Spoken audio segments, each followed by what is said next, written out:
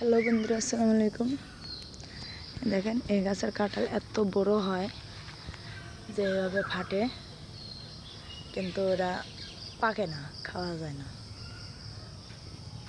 পোকা হয়ে নষ্ট হয়ে যায়। এই যে দেখেন পচা ধরতেছে। কাঁঠাল কিন্তু অনেক বড় বড়, দেখছেন? এই দেখেন